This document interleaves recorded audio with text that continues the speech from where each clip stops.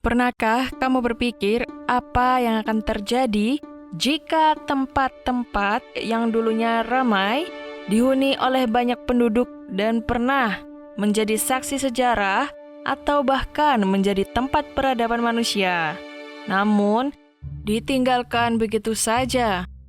Mungkin beberapa di antaranya akan tampak horor, tetapi banyak juga yang justru menjadi tempat bertumbuhnya makhluk hidup lain. Tempat apa sajakah itu? Ini dia cuplikannya. Zona eksklusi Chernobyl. Zona eksklusi Chernobyl merupakan zona yang dikosongkan dan dianggap dapat dihuni oleh orang-orang. Tetapi zona ini merupakan salah satu bukti bagaimana kekuatan alam mengambil alih tempat tersebut.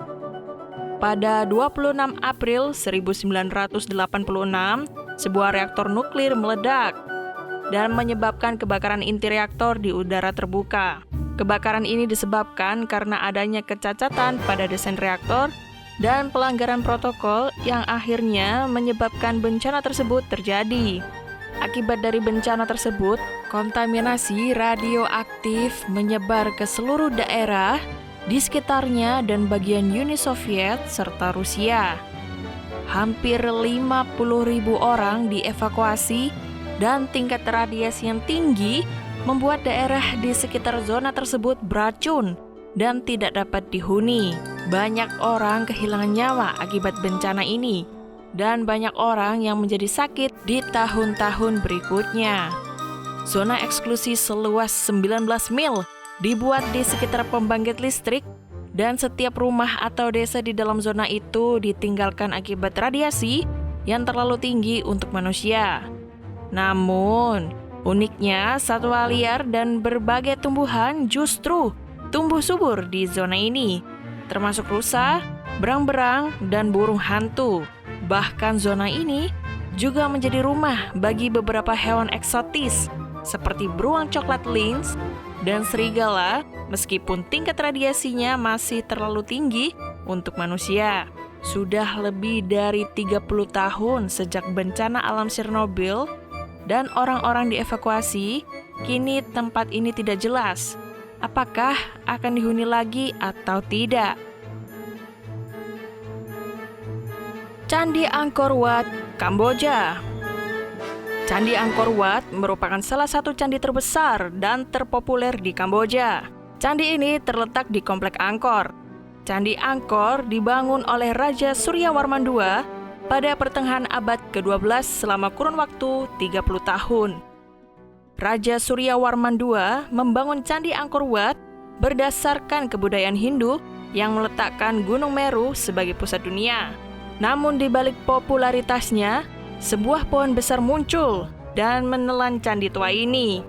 Akar dari pohon bayon tumbuh lebat dan mengambil alih setiap bagian dari candi ini, hingga membuat Candi Angkor tidak dapat dilewati karena alam telah merebut kembali koridor dari candi ini melalui akar yang memutari candi. Tak hanya dari sisi alam, dari sisi luar pun flora dan fauna lainnya juga turut mengambil alih. Candi ini dapat dilihat tetapi hanya dari kejauhan, karena Candi Angkor sepenuhnya dalam cengkraman alam. Pharosa Famagusta. Pharosa adalah salah satu kota di Famagusta yang dulunya merupakan tujuan wisata yang ramai dengan lokasi tepi pantainya. Daerah ini memiliki beberapa daerah bertingkat yang terkenal, termasuk Hotel Raja George. Hotel Argo dan Hotel Yunani Pharosa adalah pusat perbelanjaan klub malam dan restoran. Tetapi, ketika orang-orang Turki menyerbu Siprus pada tahun 1974, orang-orang melarikan diri dari kota Pharosa yang telah ditinggalkan sejak saat itu. Sebagian besar bangunan mulai membusuk, alam pun mulai mengambil alih jalan-jalan yang ditumbuhi vegetasi di daerah tersebut.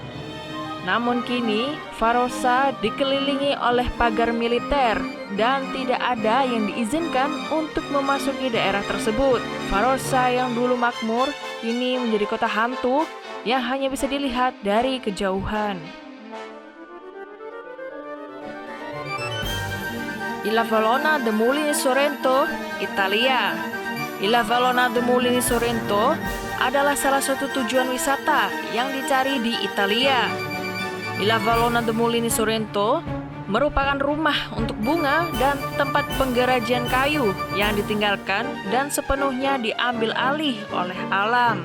Pakis dan tumbuhan liar lainnya telah melahap bangunan bekas pabrik ini hingga membuat bangunan bersejarah ini pun dipenuhi tumbuhan vegetasi dan hampir seluruh bangunan disamarkan hingga tidak terlihat. Stadion Hutan, Austria. Pada umumnya, stadion bola dipenuhi rumput, namun sedikit berbeda dengan Stadion Wörthersee di Klagenfurt, Austria. Lebih tepatnya, stadion ini kini menjadi hutan. Namun hutan ini adalah bentuk instalasi seni dari seniman Swiss, Klaus Littmann. Stadion ini diisi 300 pohon dan secara resmi disebut sebagai hutan. Littmann terinspirasi oleh seniman tahun 1970-an bernama Max Piner, yang seninya menggambarkan masa depan di mana pohon akan jarang dan hanya bisa dilihat di layar publik. Itulah 5 daftar tempat yang diambil oleh alam. Thanks for watching and see you!